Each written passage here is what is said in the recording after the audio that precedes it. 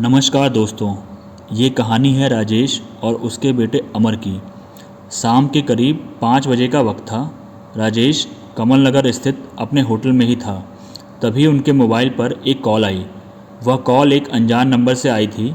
Call receive करते हुए जैसे ही हेलो कहा, तभी दूसरी ओर से आवाज़ आई, तुम्हारे बेटे अमर का अपहरण कर लिया गया है। अमर उनका 14 साल का बेटा था, जो कमल नगर के क्लब में हॉकी खेलने जाता था। राजेश का ड्राइवर संतोष कार से अमर को क्लब लेकर जाता था।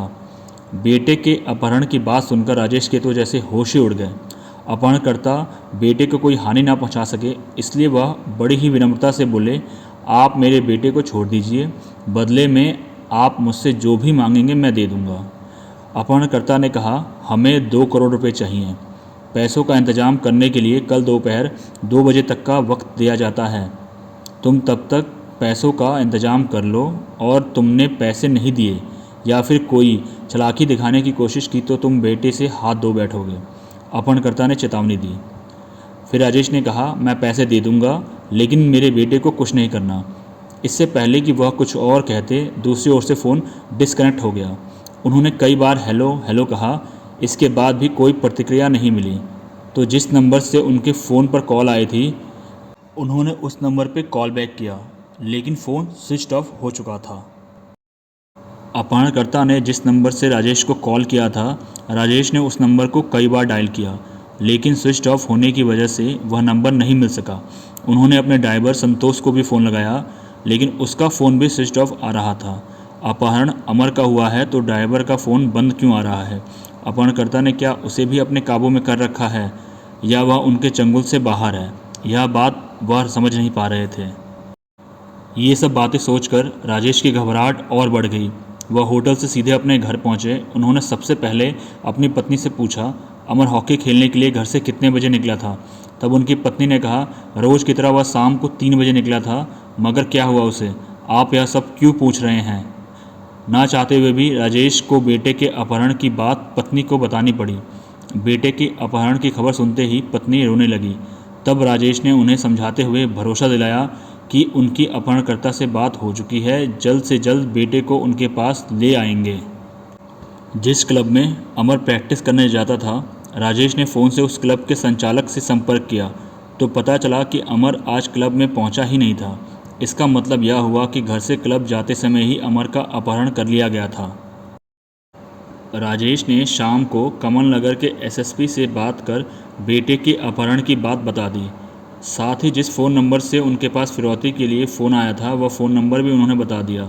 यह 10 मार्च की घटना है। राजेश ने बताया कि उनका ड्राइवर संतोष उनके बेटे अमर को 3 बजे क्लब ले जाता था और शाम को 5 बजे वह हॉकी खेलकर घर लौट आता था। उन्होंने यह भी बताया कि अमर के अपहरण के बाद से ड्राइवर का फ़ोन बंद है, इसलिए उन्होंने आशंका जताई कि शायद संतोष ने ही अपने साथियों के साथ मिलकर अमर का अपहरण कर लिया है। मामला अपहरण का था, इसलिए एसएसपी ने तुरंत तेज तर्रार पुलिस अधिकारियों की टीम बनाई। टीम के निर्देशन की जिम्मेदारी एसपी सिटी को सौंपी गई। एसएसपी के कहने पर राजेश एसपी से मिले और उन्हें बेटे के अपहरण की कहानी बता दी। राजेश से बात करने के बाद एसपी सिटी ने शहर कोतवाली में अपहरण का केस दर्ज करा दिया। जिस नंबर से फिरौती की कॉल आई थी, पुलिस ने उस नंबर को सर्विलांस पर लगा दिया। जांच से यह पता चला कि वह फ़ोन नंबर पंजाब का है और वह अजय के नाम से लिया गया है, लेकिन फिरौती की कॉल करते समय वह सिम दूसरे IMEI नंबर वाले फ़ोन में डाला गया था। पुलिस IMEI नंबर और फ़ोन नंबर के सहारे रात भर जांच को आगे बढ़ाने की कोशिश में जुटी रही। पुलिस को यह पता लग चुका था कि जिस समय अपहरणकर्ता ने राजेश को फिरौती की कॉल की थी, उस समय उसके फ़ोन की लोकेशन रामपुर थी। एक पुलिस टीम कमल नगर में मुख्य जगहों पर लगे CCTV कैमरों की फुटेज खंगालने लगी। पुलिस के पास राजेश की कार का नंबर था, इसलिए वह कैमरों से यह जानने की कोशिश करने लगी कि कार किस तरफ गई है। सुबह होते ही पुलिस की टीमें रामपुर चली गईं और अपने तरीके से बच्चे के बारे में पता लगाने लगी। इसी दौरान पुलिस सर्विलांस टीम से खबर मिली कि जिस फ़ोन नंबर से राजेश से फिरौती की रकम मांगी गई थी, वह नंबर कुछ देर के लिए दूसरे फ़ोन में डाला गया था। वह फ़ोन वही था जिसमें पंजाब वाला यही नंबर रेगुलर यूज़ किया जाता था। वह फ़ोन कुछ देर के लिए ऑन होने पर पुलिस का काम आसान हो गया। इससे पुलिस को उसकी लोकेशन पता चल गई। उसकी लोकेशन रामपुर के पास लोधी नगर की थी। लोधी नगर में पुलिस टीमों ने घर घर जाकर सर्चिंग शुरू कर दी। तभी सुबह 8 बजे एक मकान में 2 युवक और अमर मिल गया। अमर के हाथ पैर बंधे हुए थे और उसका मुंह भी कपड़े से बंधा था। अमर को सही सलामत बरामद करने की बात जांच टीम ने एसएसपी को बता दी। बाद में यह बात राजेश को भी बता दी गई। बेटे को अपहरणकर्ता के चुंगल से छुड़ाने पर राजेश की खुशी का ठिकाना ना रहा। वे तुरंत कोतवाली पहुंच गए। पुलिस ने जिन 2 युवकों को हिरासत में लिया था उन्होंने अपना नाम राम सिंह और अजय बताया था। दोनों युवकों से पूछताछ करने के लिए पुलिस उन्हें गिरफ्तार करके कोतवाली ले आई। राम सिंह और अजय से विस्तार से पूछताछ की गई तो अमर के अपहरण की दिलचस्प कहानी सामने आई।